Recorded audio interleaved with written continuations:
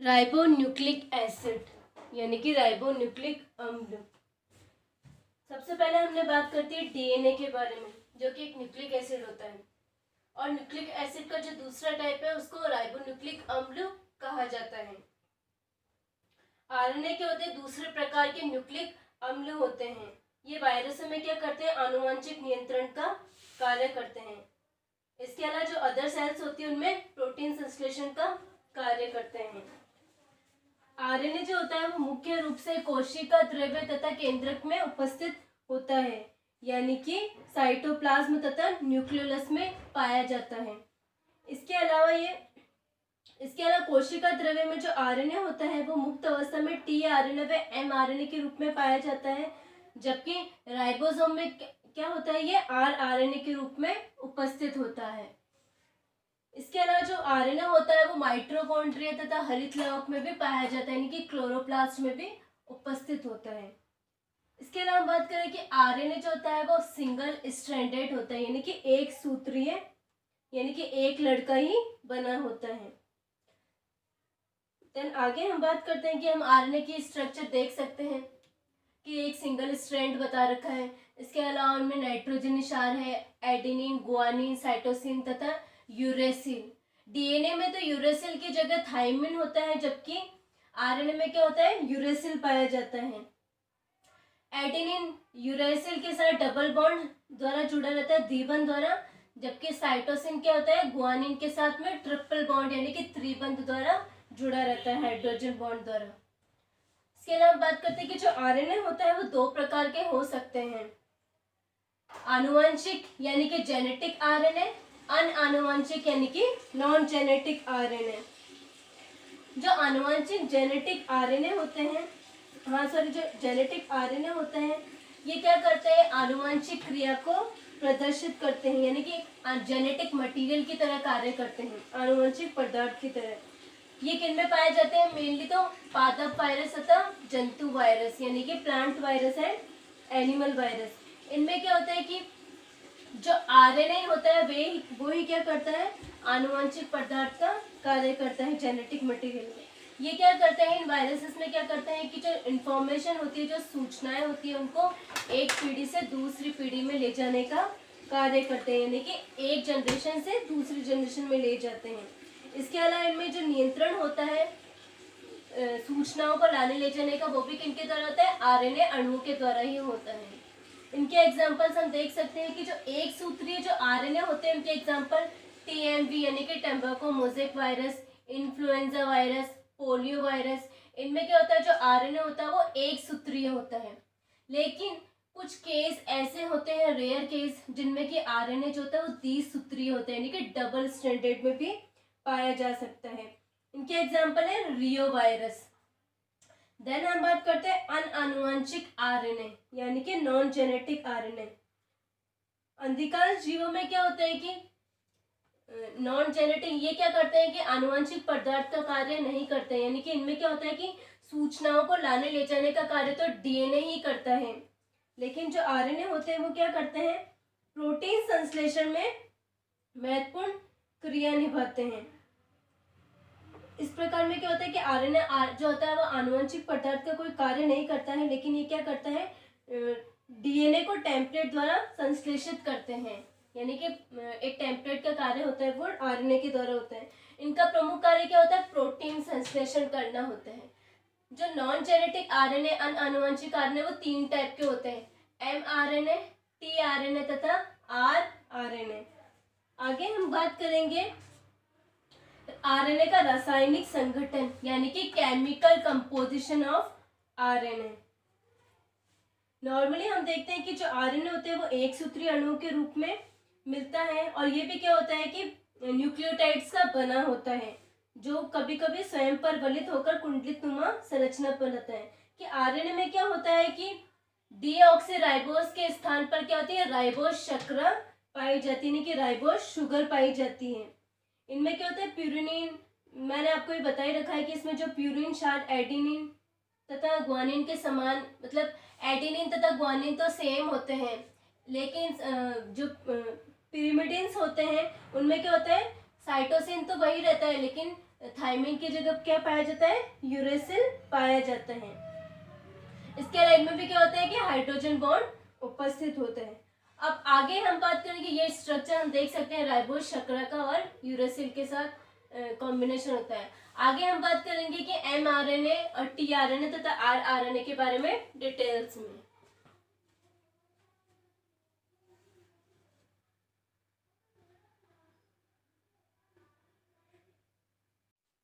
तीन टाइप के आरएनए में से सबसे पहले हम बात करेंगे mRNA यानी कि मैसेंजर आरएनए। जो मैसेंजर आरएनए होते हैं वो प्रमुख रूप से कहाँ पाए जाते हैं, न्यूक्लियस में पाए जाते हैं। और ये कोशिका में पाए जाने वाले कुल आरएनए का 10% होते हैं, यानी कि 10% तक जो आरएनए होता है वो मैसेंजर आरएनए होता है। ये जो मैसेंजर आरएनए है इनका कार्य क्या होता है, एक निश्चित प्रोटीन के बारे में जो आनुवंशिक जो सूचनाएं होती है वो डीएनए से कोशिका द्रव्य में ले जाने का कार्य है। यानी कि आनुवंशिक सूचना को डीएनए से कोशिका द्रव्य में ले जाने का कार्य किसके द्वारा किया जाता है, mRNA के द्वारा किया जाता है। जो mRNA होते हैं उनमें क्या होता है कि कुंडलन व क्षार युग्मन नहीं पाया जाता, यानी कि कोलोइड स्ट्रक्चर नहीं होती है और उनमें जो युग्मन होता है वो नहीं पाया जाता है। और अगर इनमें युग्मन होता, क्षार युग्मन, तो mRNA की जैविक कार्य करने की जो क्षमता होती है वो नष्ट हो जाती है, यानी कि वो mRNA है वो सही से कार्य नहीं कर पाते हैं। देन हम बात करते हैं कि जो mRNA होता है उसका जो 5 प्राइम जो सिरा होता है, यानी कि जो 5 प्राइम सिरा यानी कि जो सिरा होता है उस पर क्या होता है कि मार्गदर्शक अनुक्रम स्थित होता है, यानी कि इसमें क्या होता है कि लीडर सीक्वेंस पाया जाता है। ये जो लीडर सीक्वेंस होता है ये तो क्या होता है कि नॉन कोडिंग क्षेत्र होता है, यानी कि जो कि क्या करता है, कार्य नहीं करता है कोडिंग का। लेकिन इसमें क्या होता है कि यह अनुक्रम क्या करता है, राइबोसोम से mRNA के बंधन के लिए पहचान संकेत यानी कि रिकॉग्नाइजेशन का कार्य करता है। और इस सीक्वेंस नॉन कोडिंग सीक्वेंस के बाद में क्या होता है, कोडिंग आइडेंटिफाई सीक्वेंस पाया जाता है, यानी कि मतलब कूट लेखन अनुक्रम सीक्वेंस पाया जाता है, जिसमें कि क्या होता है कि प्रोटीन संश्लेषण निहित होता है कि संकेत पाए जाते हैं।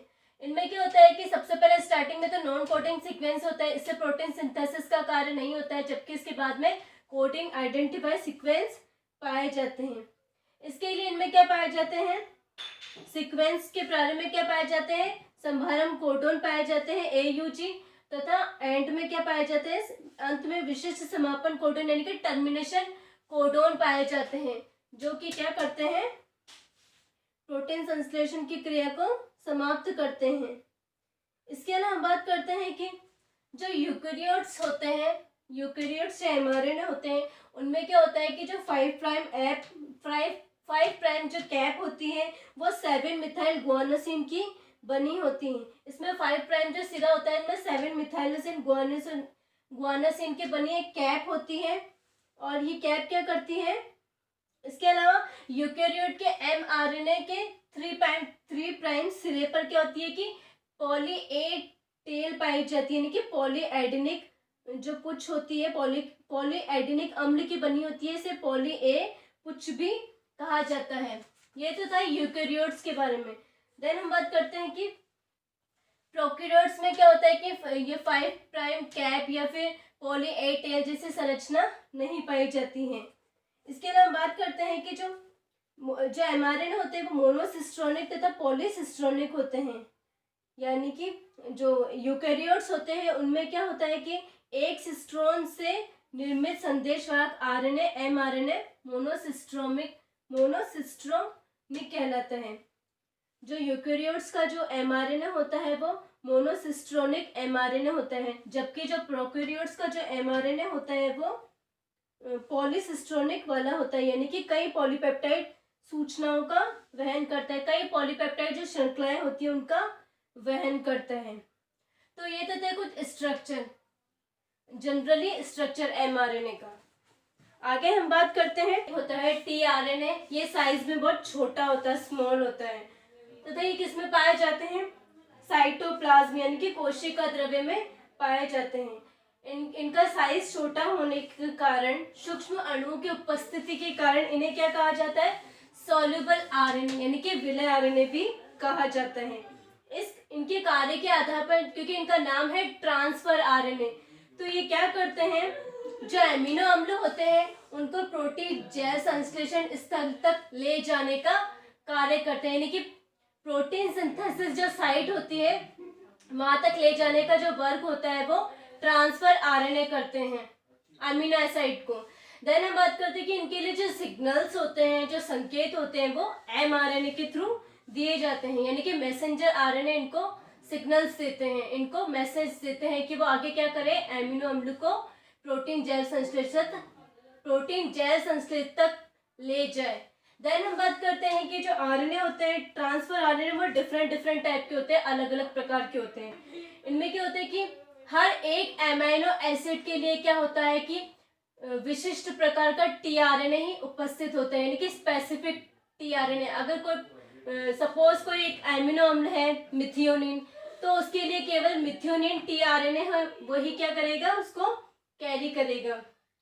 पहले तो यूँ था कि 20 प्रकार के एमिनो एसिड्स पाए जाते थे, जिनके लिए कि सिर्फ 20 प्रकार के टीआरएनए जो होते थे वही उपलब्ध होते थे, वही मतलब माने जाते थे। लेकिन अब ये माना जाता है कि एक एमिनो अम्ल को कैरी करने के लिए, उनको वहन करने के लिए एक से ज्यादा टीआरएनए भी हो सकते हैं।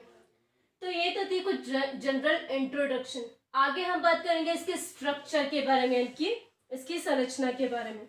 जो क्लोवरलीफ जो मॉडल है, सेकेंडरी स्ट्रक्चर, वो उसका बहुत वैलिड स्ट्रक्चर है, अच्छा मॉडल है। इसके लिए इसका जो किया था वो एक साइंटिस्ट थे, उनके लिए उन्होंने क्या मिला था उनको, हॉली खुराना, ये जो साइंटिस्ट थे इनके लिए इनको नोबेल प्राइज मिला था। इन्होंने क्या बताया था कि जो टीआरएनए का जो मॉलिक्यूल होता है वो 70 to 80 न्यूक्लियोटाइड्स का बना होता है।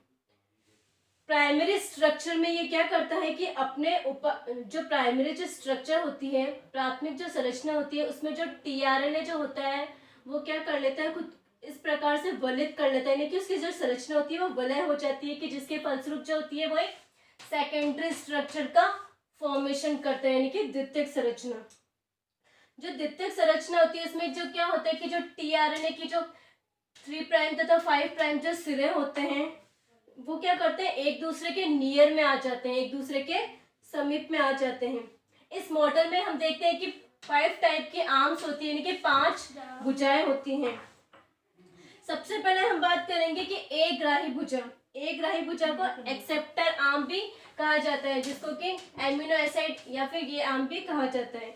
इसमें क्या होता है कि 5 प्राइम तथा 3 प्राइम, जैसे कि मैंने स्टार्टिंग में बताया कि एक दूसरे के नियर में होते हैं, एक दूसरे के समीप में होते हैं। इनमें क्या होता है कि 7 युग्मित तथा 4 अयुग्मित न्यूक्लियोटाइड्स पाए जाते हैं। 7 तो पेयर्ड होते हैं और 4 क्या होते हैं, अनपेयर्ड होते हैं।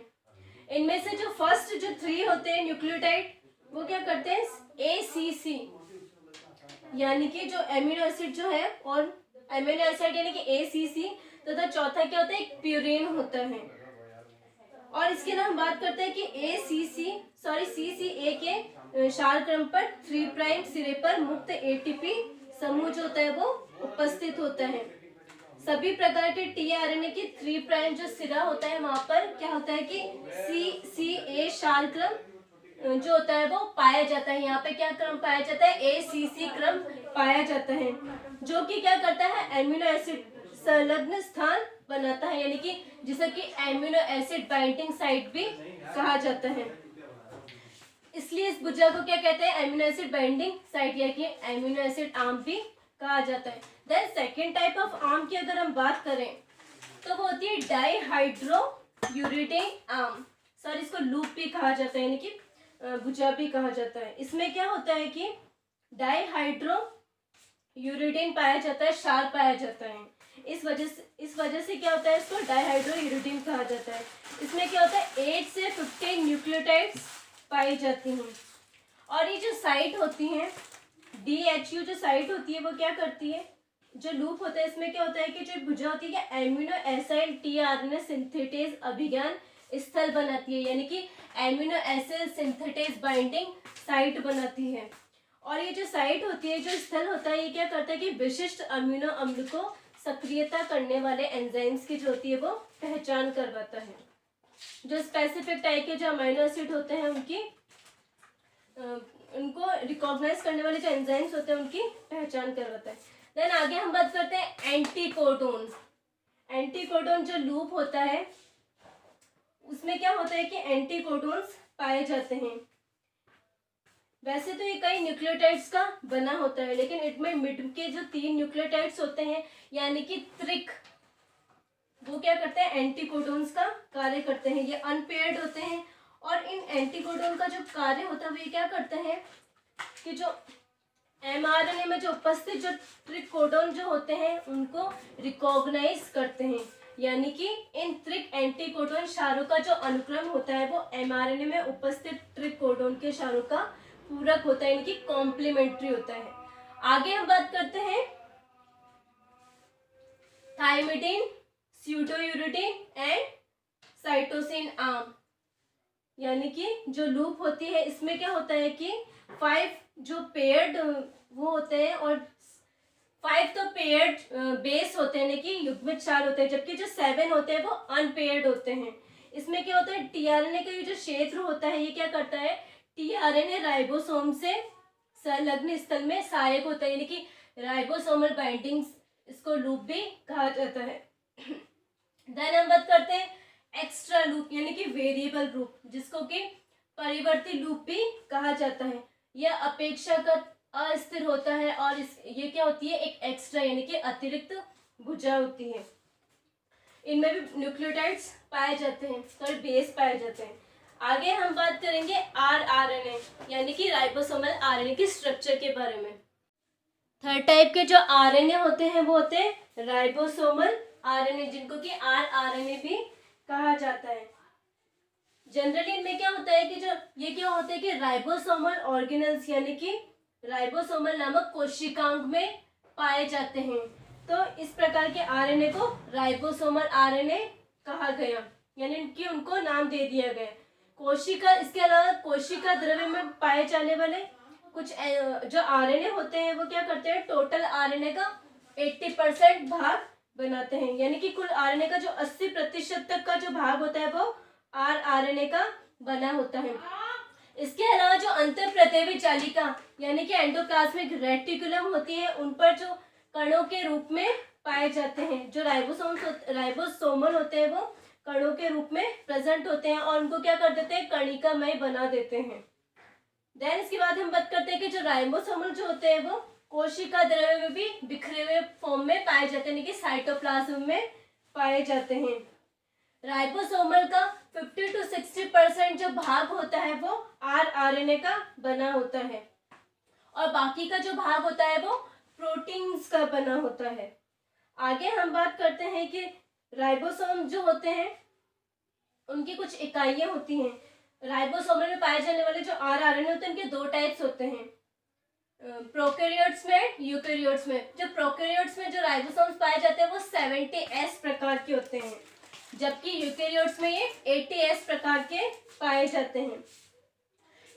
70S में उप इकाइयां जो उनकी होती है उनको 50S तथा 30S में डिवाइड किया गया है, जबकि यूकैरियोट्स में 80S उप इकाई को 40S तथा 60S उप इकाइयों में विभाजित किया गया है। जो लार्ज सब यूनिट होती है, प्रत्येक जो सब यूनिट होती है वो छोटी तथा बड़ी सब यूनिट यानी कि उप इकाइयों में विभाजित होती हैं। दोनों में आप देख सकते हैं कि 13S में 16S प्रकार के आरआरएनए तथा 21 टाइप के प्रोटीन्स पाए जाते हैं, जबकि 50S जो कि बड़ी उप इकाई है उनमें 23S तथा 5S प्रकार के आरआरएनए पाए जाते हैं। इसके अलावा 34 प्रोटीन्स भी पाए जाते हैं। तो ये है प्रोकैरियोट्स की बात। यूकैरियोट्स की बात अगर हम करें तो इनमें जो स्मॉल सब यूनिट होती है उनमें 18S प्रकार के आरआरएनए पाए जाते हैं। इसके अलावा 30 प्रोटीन्स प्रेजेंट होते हैं। इसके अलावा अगर हम लार्ज अगर सब यूनिट की बात करें बड़ी उप इकाई की तो उसमें 20S तथा 5.8S तथा 5S प्रकार के आरआरएनए पाए जाते हैं। इसके अलावा 40 टाइप के जो प्रोटीन्स होते हैं वो प्रेजेंट होते हैं। तो ये बेसिक स्ट्रक्चर आरआरएनए का नॉर्मली।